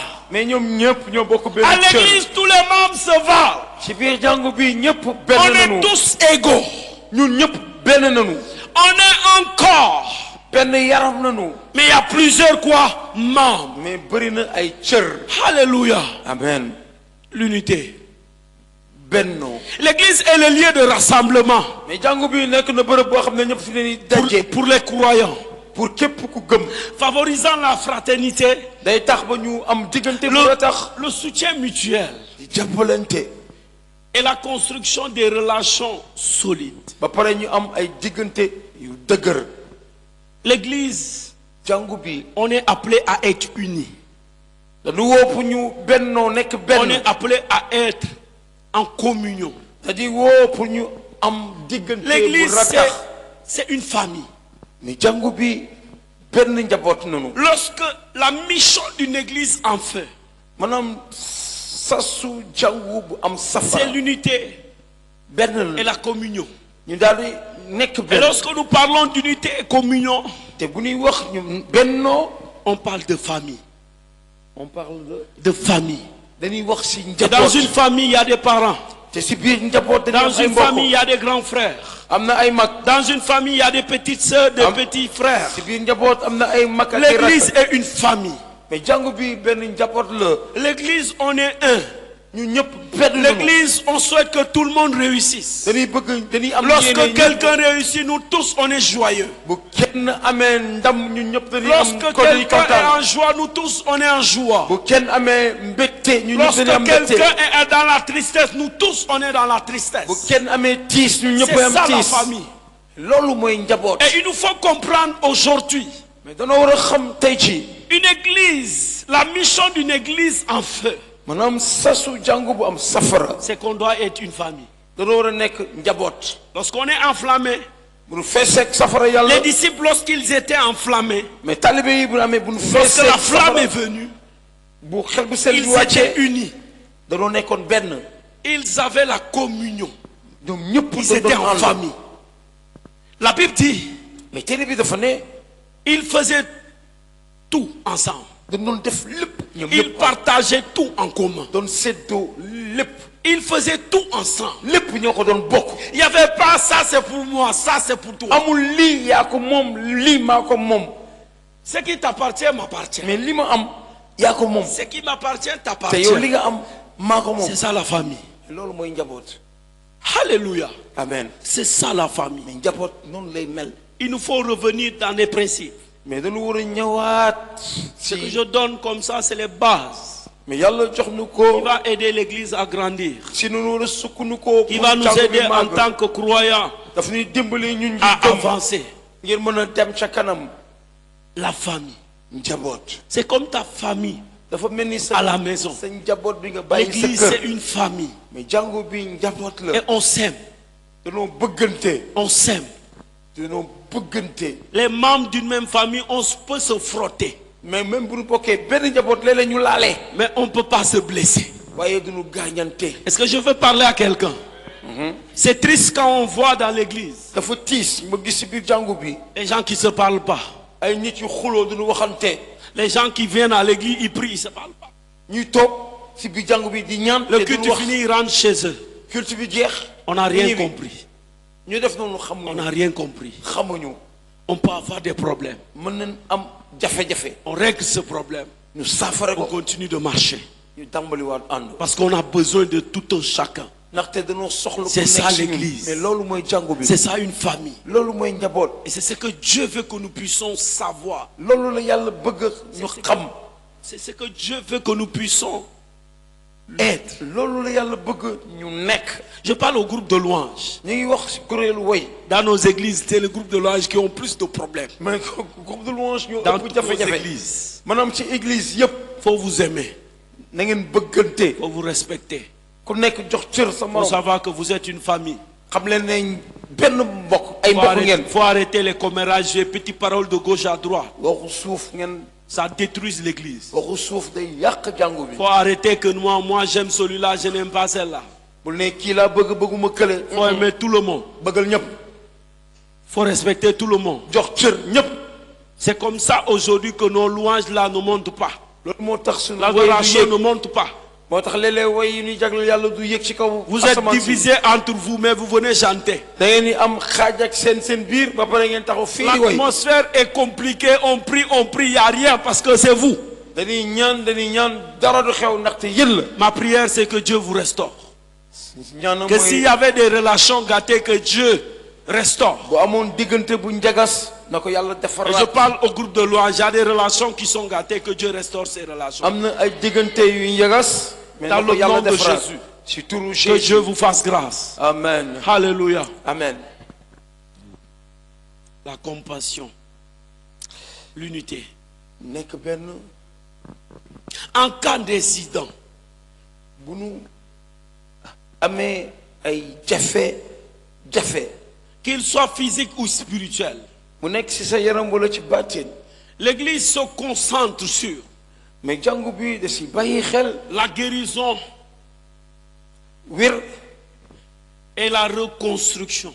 ak tabaxaat La guérison wér et la reconstruction. ak tabaxaat.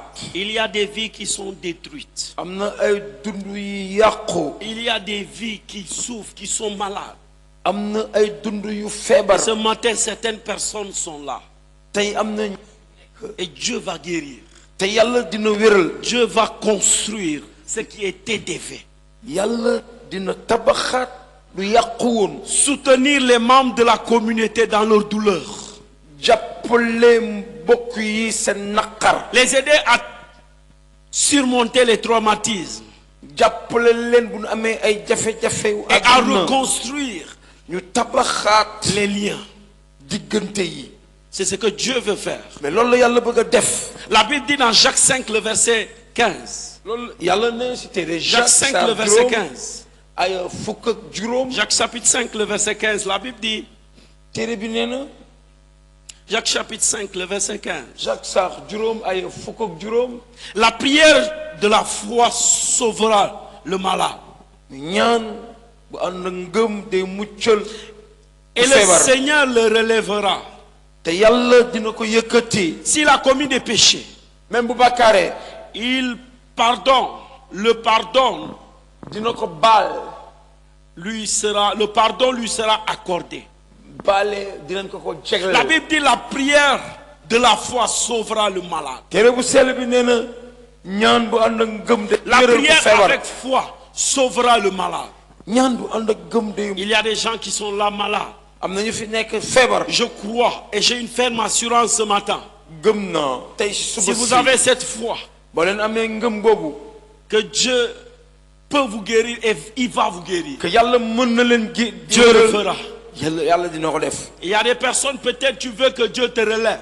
am na ñu ci xam ne bëgg nga yàlla yëkkati la. Parce que tu passes des situations difficiles. ndaxte yaa ngi dund lu jafe. Tu passes peut-être des moments insurmontables. yaa ngi dund jafe-jafe. Dieu est capable yàlla mën de na. te relever là où tu as chuté. nga yëkkati war la fi nga daanoo. Dieu est capable de te faire du bien. yàlla mën na defal la lu Il est baax. capable de te guérir. mën na la wéral. La Bible dit dans Somme 103, ci d'abord sax téeméer ak le verset ñett. 2 à 3. sax ñaar ak ñett. Somme 103, le verset 2 à 3. téere d'abord sax téeméer ak ñett. Somme 103, le verset 2 à 3. La Bible dit, l'Éternel est mon berger, mu ne yàlla mooy sama. mon âme, sama ruu. et n'oublie aucun de ses bienfaits. te du fàtte lenn ci ay baaxam. C'est lui qui pardonne toutes, moom mooy baale bépp samay qui bakkaar. guérit toutes tes maladies. moom mooy wéral sama bépp feebar. David parle à son âme. Daouda di wax ak ruwam. Son âme était malade. ruwam dafa feebar. Son âme était meurtrie. mais ruwam dafa Son demeloon âme sax était blessée. dafa amoon ay Et gaañu il dit gaañu. à son âme, bénis Dieu. mais yonent Yàlla Daouda ne Il ruwam s'adresse à son âme mu ne barkelal yàlla. afin que son âme bénisse Dieu. mi naan ruwam na Afin barkel que son yàlla. âme parle à Dieu. na ruwam wax ak Parce yàlla. qu'il vivait des situations difficiles. ndaxte nu mu doon dundee dafa Et il metti. savait que pour ça, là, Dieu doit le guérir. ne xamoon ne pour lii yàlla dafa Dieu waroon wéral. doit reconstruire ce qui était détruit. yàlla dafa waroon tabaxaat lu mu yàqu Et je yàqu. crois qu'il y a des vies qui sont détruites. te gëm naa am na dund Que yàqu. Dieu veut restaurer. que yàlla bëgg a tabaxaat. Et il faut que Dieu s'adresse à ton âme. mais yàlla dafa war a wax ak sa ruu. Lorsque quelqu'un est malade, Dieu peut le guérir. boo feebaree yàlla bëgg na la wéral. Mais parfois, quand notre âme est attaquée et attristée, léeg-léeg suñu ruu bu amee tiis. l'attitude de la personne change. nga gis ne anamu nit ki day On connaissait soppeeku. que la personne, c'était une bonne personne. dañuy yaakaar C'est une ne personne aimante. que nit ku baax C'est une la. personne bien, nit ku baax. accueillante. ku mën a dalal Mais gan. lorsque son âme a été affectée, mais ruwam buñ ko la laalee. personne change. day Elle soppeeku. devient méfiante. day téye Elle boppam. change de comportement. day soppi Elle change melokaan. d'attitude. day soppi melokaan. Elle devient insupportable. kenn mënatul ànd ak On moom. ne peut même pas la fréquenter. mais kenn mënatul Elle sax jege devient ko. amère. day wex. C'est parce que son âme a été affectée. ndaxte ruwam dañ ko laal. Comme David dit, comme Daouda mon Daouda âme ne sama bénit ruu. Dieu.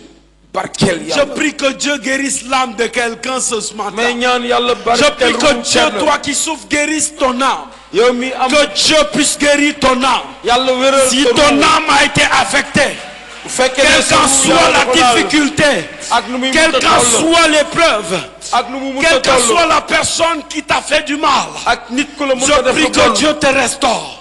Je na la yàlla prie que def Dieu fa te la- fasse du bien. na la nit yàlla Je defal suis lu en train baax. de m'adresser à 5 personnes. ñaan juróomi nit. Il est arrivé des temps am na ay waxtu yoo xam ne où vous servez Dieu ngay liggéeyal yàlla. avec une innocence pure, maanaam li koy liggéeyal mu sell. avec un zèle pas possible. ak parteef bu jéggi dayoo. Servir Dieu n'était pas un fardeau pour vous, les 5 personnes que je m'adresse. maanaam juróomi nit yooyu liggéeyal yàlla nekkul lu baax nekkul loo xam ne ni Vous servez Dieu, c'était pas avec fardeau. mais yaa ngi liggéeyal yàlla te diisul pour yow. Vous serviez Dieu autant avec facilité. mais yaa ngi liggéeyal yàlla mu yomb lool ci yow. Mais on est arrivé à un moment pour servir Dieu, c'est difficile.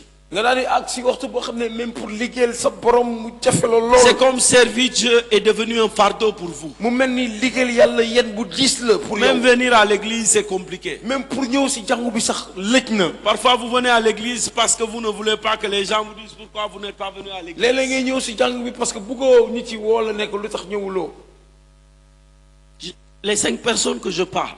mais juróomi nit yooyu ñuy wax. Et quand tu vois ta vie, votre vie, boo xoolaatee sa dund. actuellement rien ne va. dara doxul. Rien ne va. dara doxul sa dund. Ce que tu étais, ce que vous étiez hier et ce que vous êtes aujourd'hui, c'est totalement différent. ni nga meloon démb ak ni nga mel tey utee na. Rien ne marche. amul lenn lu dox. Même l'éclat de ta beauté que tu avais hier là, Même- aujourd'hui tu n'as plus cet même éclat. taar bi nga amoon amatoo ko. Tout a changé. mais lépp soppeeku. Lorsque les gens te voient même, même nit yi les bu la gens peuvent te xoolee dire que tu as fané. nan naan la yow mii de soppeeku nga. Il y a quelque chose qui manque dans ta mais vie. am na lu la manqué sa Et biir tu dund. sais qu'il y a quelque chose qui te manque. yow xam nga ni am na lu la manqué sa dund. Je veux parler à ces 5 personnes. bëgg naa wax ak juróom minutes yooyu. Dieu veut vous guérir. yàlla bëgg na la wéral. Dieu veut vous restaurer. yàlla bëgg na la defal. Dieu veut vous restaurer. yàlla bëgg na la defaraat. Dieu veut restaurer ce qui a été détruit. yàlla bëgg na defaraat lu nu tas. Dieu veut vous relever là où vous étiez tombé. yàlla bëgg na la yëkkati fi nga xam ne dafa daanu woon. Dieu veut que vous puissiez revenir à lui. yàlla bëgg na ngeen ñëwaat ci moom. C'est encore possible. mënaat na nekk. Tu n'es pas en retard. tardé wuloo. Dieu me charge de te dire de revenir. mu ngi may yebal pour mu wax la nga ñëwaat ci moom. Cette veillée n'est pas comme les autres veillées. veillée bi melul comme yeneen veillée yi. Dieu veut faire quelque chose dans ta vie. yàlla bëgg na la defal lenn sa biir dund. Il veut que vous puissiez revenir à lui. bëgg na ngeen ñëwaat ci moom. Les choses sont bloquées et tu le sais. mais yëf yi dafa takk témbee te xam nga ko. Et parmi ces 5, il y a une fille. te si juróom yooyu am na benn jigéen. Tu pries, ngay ñaan. tu pries, tu pleures. ngay ñaan di jooy. Tu veux que Dieu te visite. bëgg nga yàlla seet si Tu la. veux que ta vie change. bëgg nga sa dund Tu soppeeku. pleures au-dedans de toi. ngay jooy sa biir. Mais tu ne peux pas. mais mënuloo. Tu ne sais pas comment faire. mais xamoo nooy def. Tu as essayé des choses, mais ça ne marche nga pas. daal di jéem mais doxul. La personne que je parle ce soir, tu as dit à Dieu même dans cette veillée. mais ki may waxal wax na sax Seigneur, je veux yàlla. que tu me visites. même si veillée bi tey na ma seet si ma yàlla. Seigneur, je veux que quelque chose change dans bëgg ma vie. naa am lu mu soppeeku Dans sama tes dund. prières, tu parlais à Dieu. si say ñaan yaa ngi doon Dans wax tes ak yàlla. prières, tu dis à Dieu, Seigneur, visite-moi. nga ne yàlla seet Seigneur, si ma. ce soir, je veux que quelque chose change dans ma bëgg vie. naa lenn soppeeku ci ma. Seigneur, je veux que ma vie ne soit plus le même. bëggum naa sama dund soppeeku. Je veux que les choses changent. bëgg naa yëf yi soppeeku. Le Seigneur me dit, il te visite. yàlla ne ma Pendant Dis-le le que, sept, pendant si. que je parle, si waxtu yu ñuy wax tu reçois cela. nga nangu lu ñu mel. Je parle à cette fille spécifiquement. maa ngi wax ak ku jigéen kookule. Dieu te touche. na la yàlla laal. Là où je parle. si Pendant que waxtu je yi parle, si waxtu yi may waxee. Dieu te touche. na la yàlla laal. Reçois son toucher. nangul laalam. Dieu te restaure. mi ngi lay defaraat. Je vois la main de Dieu sur toi. maa ngi gis loxo yàlla ci Et yow. le Saint-Esprit, pendant que je parle, te localise. loolu xel bu sell bi si waxtu yu ñuy wax mu wër la ba gis la. reçois-le. nangu ko. Là où tu es, fi nga nekk. reçois-le. nangu ko. Reçois-le. Quelque chose se passe. am na luy xew nangu ko. Abrakaterebo shata. Ribrakata rabashata. Shikanda rabashata rababosh. Manderebo shata. Karabasata. Oh Jésus. Kebrakata rabashata. Shabraketerebo shata. Kerabasata rababosh. Rikata rabashata. Shibraketerebo shata. Shikanda rabashata rababosh. Shikabrokaterebo shata. Manderebo shata. Karabashata rabashata. Kerabashata. Shibrakanderebo shata. Brokata rabashata. Oh Shababos. Karabashata. Karabashata. Est-ce que je peux avoir un cantique, les instruments? Je peux avoir un cantique avec les instruments, s'il vous plaît. Karabashata. est-ce que mu groupe de louange mu neen fent benn way. Quelque chose se passe. am na luy xew. Dieu est en train de visiter. Le Saint-Esprit est là. mais xel bu sell baa ngi fii. Karabashata. oh Jésus. Kerabashata.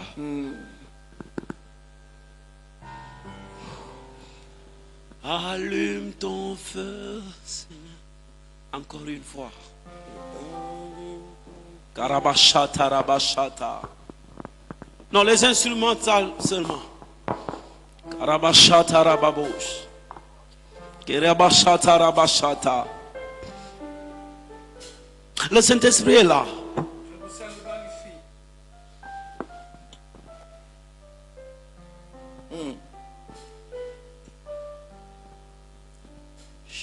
Shabrakata rabashata. Shikanda rabasata. oh Jésus.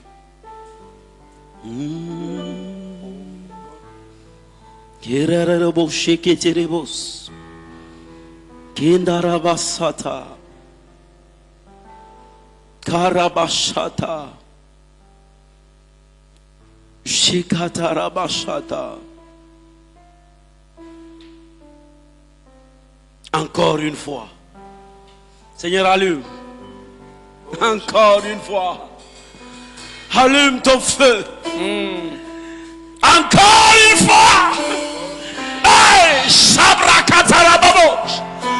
Une fois encore. Seigneur, relève.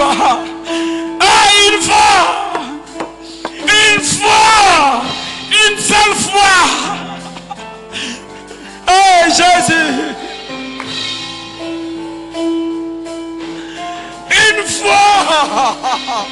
Une fois, je ne dis pas deux fois, mais Seigneur, une fois. Allume. Oh, yes, allume. Oh, une fois. Allume ta feu.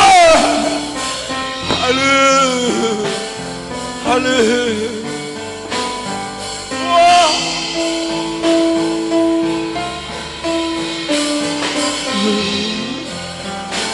Une fois.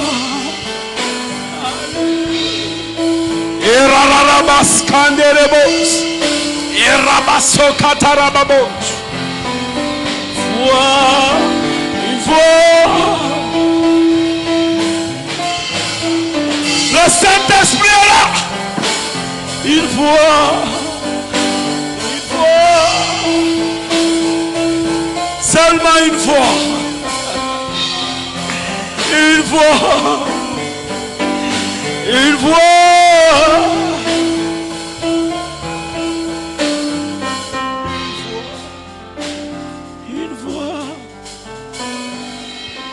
Pendant que je parle, le Seigneur est en train de toucher ces 5 personnes que je parlais. Il est en train de toucher ces 5 personnes. Mais parmi ces 5 personnes, si juróomi nit yooyu il touche spécifiquement à cette fille mi ngi laal ku jigéen ki qui prie chaque fois que Dieu la relève. mi ngi ñaan pour yàlla yëkkati ko Il prie chaque fois que Dieu puisse guérir son âme. saa su dee pour yàlla yëkkati ruwam. Je m'ai chargé de te dire, il te guérit. yàlla ne ma naa la wax Il te restaure. mi ngi lay defaraat Il te relève de là où tu es tombé. mi ngi lay yëkkati fi nga daan woon Il te fait du bien. mi ngi lay defal lu baax Reçois ta visitation. nangul sa seet si Une fois, Shabbat, allume ton feu. oh Une fois, Rabashaka Rababosh, Rabasata Rababosh, Rabasaka Rababosh, Hey, Shabbat, Rabasaka Rabosata, Rabasaka Rababosh, Rabasaka Raboshaka Rabos, Rabosh, Rabakata Rabasata. Reketerebo shatarababosh. Arararabasata. Yeketerebo shata. Arabasata rabashata. Shamasata rababosh. Kerababo shata. Arararabosh. Arabasakata rabashata. Reketerebo shata. Yererebos. Yeramasata rababo shata. Sheketerebo shata. Erabasata rababosh. Arabasakata rabashata. Oh. Il voit.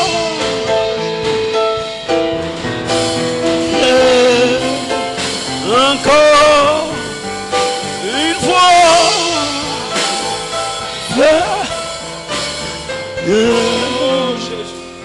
Encore une fois, allume ton feu. Simplement, une fois. Lorsque tu as allumé le feu dans la vie des disciples, boo taalee safara sa dund taalibe leur vie a changé. day soppeeku Lorsque nous parlons de la chambre haute, maanaam bu ñuy wax ci néeg bu kawe ba lorsque nous lisons dans Actes chapitre 1, bu ñu demee si téere jëf yi c'est verset 13 à 14. ñu dem si aya ba juróom Ce n'était pas la première fois que les disciples montent dans la chambre haute. nekk loon gulee taalibe yi yëg si néeg bu kawe ba Lorsque nous lisons dans Luc chapitre 22, je paraphrase, mais bu ñu demee si téere Luc saar ñaar fukk ak ñaar le dernier souper de Jésus, reer bu mujj Yeesu c'est dans la chambre haute. ca néeg ba kawe ba la woon Et moins de 2 mois, ñu toog ñaari weer les disciples sont encore montés à la chambre haute. taalibe yi yéegaat ci néeg bu kawe ba La Bible fait une précision de taille. maanaam yàlla téere bi dinu wax lu leer Dans Actes chapitre 1, le verset 13, si téere jëf yi saar la benn Bible nous dit, téere nee na ils sont montés dans la chambre haute. ñu daal di yéeg ci néeg bu kawe ba Comme ils étaient d'ordinaire. comme lu nu meloon la Lorsque la Bible nous dit comme ils étaient d'ordinaire, comme lu nu meloon bu yàgg ba cela veut dire loolu mooy wan ne qu'ils étaient habitués à la chambre haute. ko danoo baaxoo woon di nekk ci néeg bu kawe ba Mais peut-être ils se sont dit, maanaam ñi wax ne cette fois-ci, que bi ba c'est pas comme les autres fois. du mel ni yële Seigneur, une fois, dinañ gis une fois, benn yoon allume une fois. Je peux voir, je peux entendre leur prière. dinaa gis Seigneur, allume une fois. Seigneur, une fois seulement. benn bés rek Une fois seulement. benn yoon rek Peut-être les autres fois, ce n'était pas la bonne. xëy na yeneen yu mel woon nii Mais cette fois-ci, une fois seulement. mais benn rek benn yoon Une rek fois seulement. mais benn yoon Et lorsque la Bible dit le feu est descendu, le feu est descendu, la terre a tremblé. mais bu nu nekkee safara yàlla wàcc Une bërëb fois. yëngu benn yoon Une fois. benn yoon rek Est-ce que tu peux parler à Dieu? est-ce que mën nga wax sa Une borom fois. Je benn veux que yoon tu fasses comme les disciples. nga def comme taalibe yi Une fois. benn yoon Karabashata. Est-ce qu'on peut continuer à jouer ce cantique? Karabashata. parce que Ils sont montés ñu daal di dans Luc chapitre 22. ñu daal di yéeg. Lorsqu'ils ont monté dans Luc chapitre 22, C'était dans le la Luc chambre haute, ñu yéeg ci néeg bu kawe la ba. Bible nous dit après ça, Après loolu. Jésus est parti à Gethsémane. Jésus dem ca Gethsémane. Lorsque vous lisez la Bible à Gethsémane, bu ñu àggee ca pendant Gethsémane. que Jésus priait, foofu Jésus di ñaan. les disciples qui étaient dans la chambre haute mais talibé yi nekkoon ci néeg bu kawe ba. étaient en train de dormir. ñi ngi nelaw. Ils revenaient de la chambre haute. mais bàyyee ko ci néeg bu kawe ba. Ils étaient en train de dormir. ñi ngi doon nelaw. Ils étaient en train de dormir. ñi ngi doon nelaw. Parce que dans la chambre haute là-bas, ndaxte ci néeg bu kawe boobu. ils étaient dispersés. danoo tasaaroo woon. Chacun se disait à l'autre, maanaam ku nekk doon wax moromam. qui est le plus grand? kan moo gën a màgg. Ils se chamaillaient. doon xuloo. Ils cherchaient qui était le plus grand. di seet kan moo gën a màgg. Et dans la chambre haute là-bas, ci néeg bu kawe ba. il y avait quelqu'un qui devait trahir Jésus. amoon na ko doon jaame Jésus. Dans la chambre haute là-bas, maanaam ci néeg bu kawe il y boobu. avait quelqu'un qui devait le trahir, qui devait le vendre. am na ko doon jaay Jésus. Dans la foofu. chambre haute, ca néeg bu kawe il y ba. avait quelqu'un qui devait aujourd'hui renier Jésus. am na ko waroon dëddu Jésus. Après la chambre haute lu paree ci néeg bu kawe ba. de Luc 22, ñu dem ci Luc 22. ils sont passés par Gethsémane. ñu jaar ci Gethsémane. Lorsque Jésus prie, Jésus ñaan. les disciples dorment. talibé yi di nelaw. Jésus leur dit, vous n'avez même pas pu prier une heure de temps. mais Jésus ne mënu leen sax ñaan benn Et ils waxtu. sont revenus de la chambre haute. ñu delluwaat ci néeg bu kawe ba. Voici, il dort. bu fekkaat leen ñuy nelaw. Mais un mois après, ñu toog benn weer. Jésus leur dit de rester à Jérusalem, Jésus ne leen des leen d'attendre la Jérusalem. promesse. xaar leen sama diggé. Dans Actes chapitre 1, le verset 13, saa la juróom Bible benn. dit ils sont montés. ñu daal di yéeg. Mais cette fois-ci, ils ne sont pas montés comme les autres fois. mais dañoo yéeg bi pa Cette fois-ci, utee. ils étaient préparés. bi pa ñu pareel seen Cette bopp. fois-ci, ils étaient préparés en conséquence. ñu pareel seen bopp. Cette fois-ci, ils se sont dit, ñu daal di ne. Seigneur, une fois encore. mu ne benn yoon. Peut-être les autres fois, on ne s'est pas bien préparé. yeneen yi parelul woon seen bopp. Peut-être les autres veillées, on ne s'est pas bien préparé. xëy na yeneen yoon yi parelul woon seen bopp. Peut-être les autres programmes, on ne s'est pas bien préparé. xëy na léeg-léeg parelul woon bu baax seen bopp. Mais Seigneur, cette veillée waaye tey. ne sera pas comme les autres veillées. dootul bokk comme yeneen. Seigneur, ce programme ce programme bi. ne sera pas comme les autres programmes. du mel ni yeneen programme. Encore une fois. benn yoon rek. Yes. benn. Est-ce que quelqu'un peut dire encore une fois? est-ce que mën nga wax ne. Karabasata. Encore une fois. Allume. benn yoon Ils ont rek. dit, Seigneur, allume. Oh! Yes! Hey! Une fois. Yes! Yes! Est-ce que tu peux prier? Oh! Je ne t'entends pas prier. Est-ce que tu peux dire à Dieu, Seigneur, allume cette fois-ci. est-ce que mën nga wax yàlla. Seigneur, allume. taalal. Allume.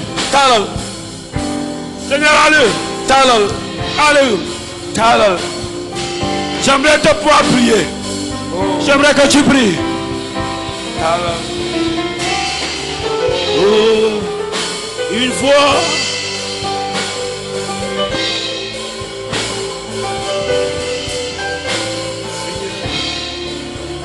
Une fois. Allume, allume ton feu. Une fois. Allume. Karabashata.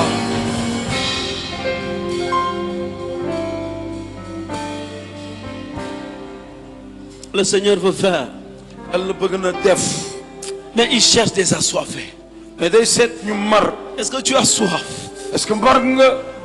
La femme samaritaine pouvait dire au Seigneur, mais jigéenu Samaritain ba bëggoon na wax borom bi. Seigneur, donne-moi cette eau, mu ne ko jox ma si ndox bi. que je ne puisse pas que je ne puisse plus avoir soif. ci noonu dootuma marati mukk. Est-ce que tu as soif? est-ce que da nga mar. Est-ce que tu as soif? est-ce que da nga mar. Je vois certaines personnes qui ont soif, mais gis naa ñu mar. mais ça doit monter. war a yéeg. Ça doit monter. war a yéeg. Comme ce cantique encore une fois. comme mooy bii. Ses disciples ont dit, talibé yi dañu ne. dans Actes chapitre 1, le verset 13. 14. si téere jëf yi saar benn aaya fukk ak ñaar. fukk ak ñett. Le chapitre 2, ça s'est fait. si saar ñaar fukk ak. Encore une fois. mu ne benn yoon. Est-ce que tu peux lui dire? mën nga ko wax. Les jours se ressemblent mais ils ne sont pas pareils. oh. Et ce jour est spécial. ma tey ute nag yeneen bés yi. On parle du feu. Est-ce que tu peux le dire? est-ce que mën nga ko wax. Karabashata, rabashata. Est-ce que tu peux le dire? Est-ce que tu peux le dire? Karabashata rababush. Karabashata rababush.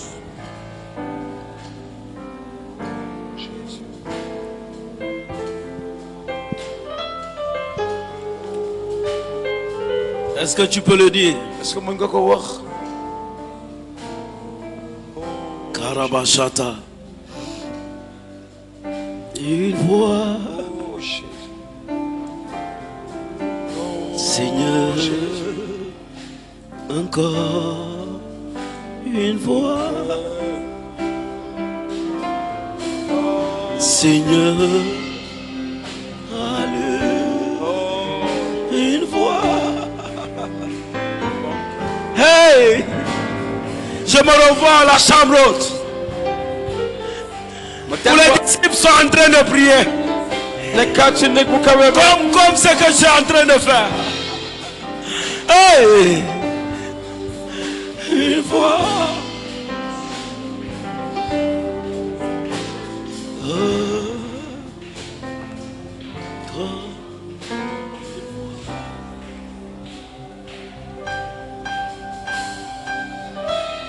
Shadarabasata.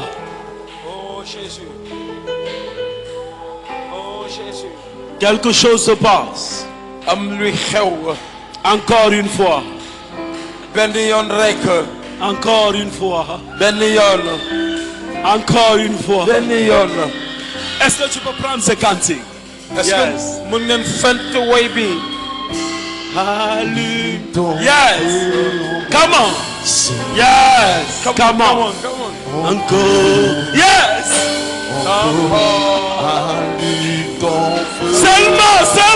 Seulement. Oh.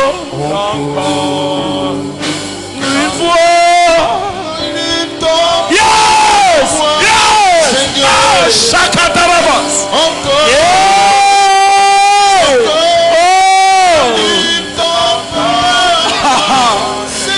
Yes. Encore une fois. Hey. Shamakanele. yes. Yeralalalabasata. yes. Yerelelelelelelelebos. Yendebosatarababu. Yes. Encore une fois. Allez. Oh. Une fois. Donc, yes. Chandarababos. Encore une fois. Yes. Chandabo Satarababo. Encore une fois.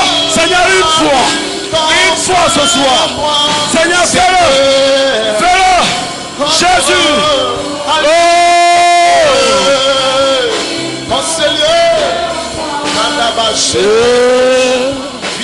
Encore. Est-ce que tu peux l'adorer? Est-ce que tu peux l'adorer? Est-ce que tu peux parler au Seigneur?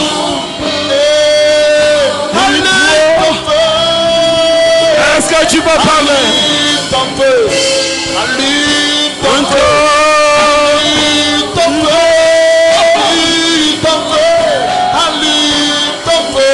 Est-ce que tu peux parler à Dieu? Yes! Ce soir, Seigneur, ce matin, vivre Une fois. dans ce lieu. Feu! Pour vivre la porte de Dieu que tu nous envoies. Encore! C'est maintenant! Allez! Fais-le! Le feu! Yes! Chata! Oh, une fois! Chandarababouche! Yerabasatarababush! Reketelebo Chata! Yerabasatarababush! Erabasata rababosh. Ebrakata rabashata. Oh, Shabasata. Erabasata. Oh, c'est maintenant. C'est aujourd'hui. C'est maintenant. C'est maintenant. C'est maintenant. C'est maintenant. C'est maintenant. C'est maintenant. Fais-le. Fais-le. Oh. Chandara Babush. Il faut.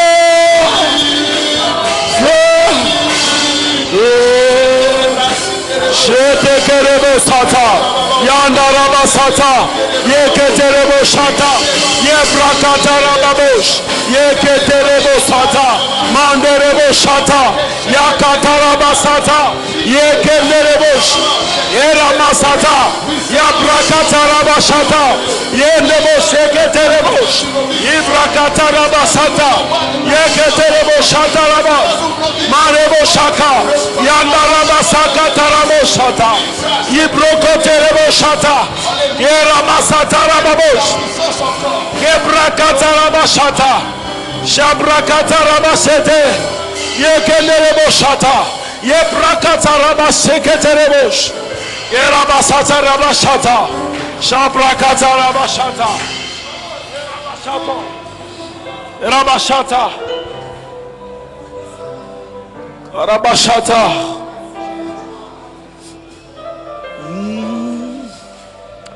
Pendant que je parle, Dieu allume le feu. Il y a un feu qui s'allume. Il y a un feu qui s'allume. Il y a un feu qui s'allume. J'entends un bruit. J'entends un bruit. Ce bruit est annonciateur. Ce bruit annonce le feu. Le feu descend. Le feu descend ce lieu. Le feu descend ce lieu. Rakanda rabashata. Yerarabos. Yeramazata rabos. Le feu enflamme les vies. Le feu descend. Yerarabos. Yerarabasata. Sarabashata. Yerabasata. Shandarabasata. Hey, le feu enflamme les vies. Le feu descend. Il y a des vies qui sont remplies du feu. Le feu descend. Recevez maintenant.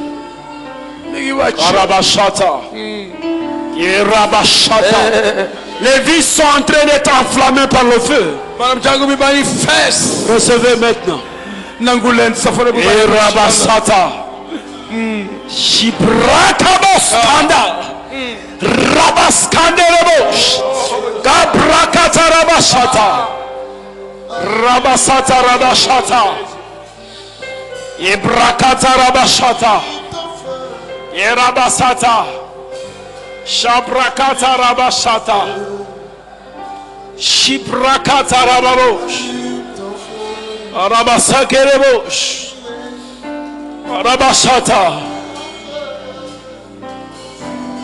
Le Seigneur est en train de toucher.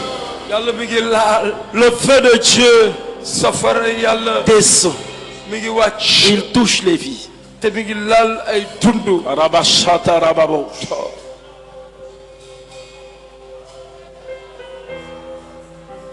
Oh, oh yes, yes, yes, yes.